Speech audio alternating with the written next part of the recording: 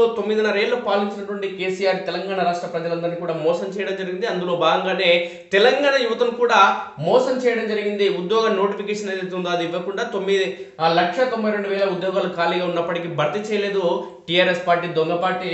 అదేవిధంగా నోటిఫికేషన్ జారీ చేసిన కొన్ని పరీక్షలకు సంబంధించి పేపర్ లీకేజీలు చేసి అవినీతి అక్రమాలకు పాల్పడడం జరిగింది. ప్రశ్న పత్రాలను లీక్ చేసి ఇతర వ్యక్తులకు మేలు చేసేలా ప్రశ్న పత్రాలను కూడా అమ్ముకొని స్కామ్ చేయడం జరిగింది టీఆర్ఎస్ పార్టీ హయాంలో. టీఆర్ఎస్ పార్టీ హయాంలో స్కామ్ జరిగింది. నోటిఫికేషన్ కి సంబంధించి ప్రశ్న పత్రాలు లీక్ అయినాయి. దీనిలో ఏం చర్యలు తీసుకున్నారనే కోణంలో మాట్లాడితే కేటీఆర్ ఏం చెప్పిండంటే, అనేక రాష్ట్రాల్లో ప్రశ్న పత్రాలు లీక్ జరిగింది, తెలంగాణ రాష్ట్రం ఒక్కటే కాదు, ఇప్పుడు కొత్తగా దాని కోణంలో నిర్లక్ష్య ధోరణిలో వ్యవహరించడం జరిగింది. అదేవిధంగా ఈ తెలంగాణ సమాజాన్ని అన్ని వర్గాల ప్రజలను మోసం చేయడం జరిగింది కాబట్టి టీఆర్ఎస్ పార్టీని ఈ తెలంగాణ సమాజం బొంద పెట్టడం జరిగింది. అయితే కాంగ్రెస్ పార్టీ అధికారంలోకి రావడం జరిగింది. కాంగ్రెస్ పార్టీ అధికారంలోకి వచ్చిన క్రమంలోనే గ్రూప్ 1 నోటిఫికేషన్ జారీ చేయడం జరిగింది. నిన్న దీనికి సంబంధించిన అంశాన్ని ఒకసారి చూస్తే 563 పోస్టులకు సంబంధించి నోటిఫికేషన్ వచ్చింది. దీంట్లో ప్రధానంగా 2 సంవత్సరాల వయో పరిమితి పెంచడం జరిగింది. ఈ నెల 23 నుంచి వచ్చే నెల 14 వరకు దరఖాస్తు చేసుకోవచ్చు. అయితే గతంలో దరఖాస్తు చేసుకున్న విద్యార్థులు కూడా ఖచ్చితంగా మరోసారి దరఖాస్తు చేసుకోవాలి. కానీ గతంలో దరఖాస్తు చేసుకున్న వారు ఎవరు కూడా ఫీజు చెల్లించాల్సిన అవసరం లేదు. దీనికి సంబంధించి ఏ విభాగాలకు సంబంధించి ఎన్ని పోస్టులు ఉన్నాయి, వీటి అంశాలకు ఒక్కసారి మనం గమనిస్తే, గ్రూప్ 1 కొత్త నోటిఫికేషన్ జారీ చేసిన రాష్ట్ర ప్రభుత్వం గత ఏడాది ప్రకటన రద్దు, సుప్రీంకోర్టులో నడుస్తున్న కేసు ఉపసంహరణ, 563 పోస్టులు, వయో పరిమితి 2 ఏళ్లు పెంపు, 23 నుంచి మార్చి 14 వరకు దరఖాస్తులు, గతంలో పరీక్ష రాసిన వారు అప్లై చేసుకోవాలి. వారికి దరఖాస్తు ఫీజు మినహాయింపు, మే జూన్లలో ప్రిలిమ్స్, సెప్టెంబర్ లేదా అక్టోబర్లో మెయిన్స్ నిర్వహించే అవకాశం. నిరుద్యోగులు ఎంతో కాలంగా ఎదురు చూస్తున్న గ్రూప్ 1 పోస్టుల భర్తీకి సంబంధించి సర్కార్ కొత్త నోటిఫికేషన్ జారీ చేసింది. గత నోటిఫికేషన్ పై సుప్రీంకోర్టులో నడుస్తున్న కేసును ఉపసంహరించుకోవడానికి అత్యున్నత న్యాయస్థానం సోమవారం అనుమతి ఇచ్చింది. దీంతో పాత నోటిఫికేషన్ ప్రభుత్వం రద్దు చేసింది. ఆ వెంటనే Telangana public service commission TSPSC కొత్త నోటిఫికేషన్ జారీ చేసింది. గ్రూప్ 1 పోస్టుల భర్తీకి సంబంధించి గత నోటిఫికేషన్లో 503 పోస్టుల భర్తీకి ప్రకటన ఇవ్వగా ఇప్పుడు మరో 60 పోస్టులను పెంచి మొత్తం 563 పోస్టుల భర్తీకి టీఎస్పీఎస్సీ నోటిఫికేషన్ ఇచ్చింది. ఇందులో 18 విభాగాలకు చెందిన కొలువులు ఉన్నాయి. అన్ని పోస్టులకు సంబంధించి సర్కారు 2 ఏళ్ల వయో పరిమితిని పెంచింది. అభ్యర్థులు దరఖాస్తులను ఆన్లైన్లో సమర్పించాలి. గత నోటిఫికేషన్లో దరఖాస్తు చేసుకున్న వారు మళ్ళీ దరఖాస్తు చేసుకోవాల్సి ఉంటుంది. అయితే వారు ఫీజు చెల్లించాల్సిన అవసరం లేదు. కొత్తగా దరఖాస్తు చేసుకునే వారు 200 రూపాయలు చెల్లించాలి.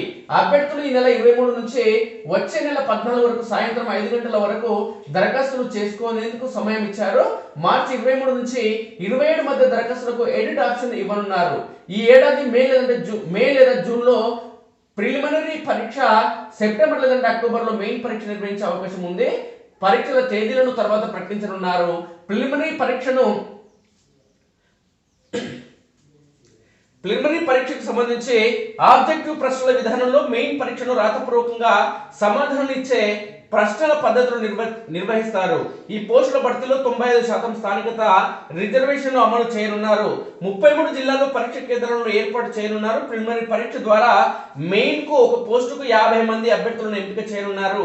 ప్రిలిమినరీ పరీక్షను 150 మార్కులకు గాను, మెయిన్ పరీక్షను 900 మార్కులకు నిర్వహించనున్నారు. ఇంటర్వ్యూలు ఉండవు. గతంలో 2 సార్లు prelims.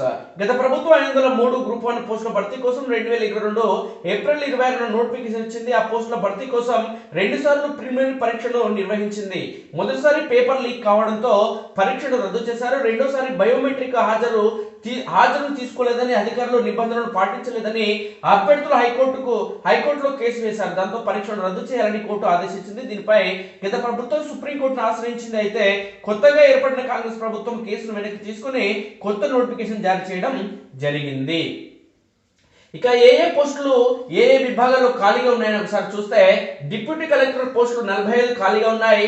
Deputy superintendent of police 115, commercial tax officer 48, regional transport officer 4, జిల్లా పంచాయతీ ఆఫీసర్ 7, జిల్లా registrar 6, deputy superintendent of jails 5, assistant commissioner of labour 8, assistant excise superintendent 30, municipal commissioner grade 2 41, district social welfare officer 3, district backward classes welfare officer 5, district tribal welfare officer 2, జిల్లా employment officer 5, administrative officer medical and health 20, assistant treasury officer 38, assistant auditor officer 41, ఎంపీడీఓలు 140 పోస్టులకు సంబంధించి ఖాళీలు ఉన్నాయి. కాబట్టి కాంగ్రెస్ ప్రభుత్వం నల్లమల ప్రాంతానికి సంబంధించిన రేవంత్ రెడ్డి ముఖ్యమంత్రి అయిన క్రమంలోనే ఈ ప్రాంతంలో నెలకొన్న సమస్యలు, నీళ్లు నిధుల నియామకాల కోసం ఇప్పుడు ఏర్పడినటువంటి తెలంగాణ రాష్ట్రం ప్రజల కళలు సాకారం చేసేందుకు రేవంత్ రెడ్డి వ్యూహాత్మకంగా పావులు కదపడం జరుగుతుంది.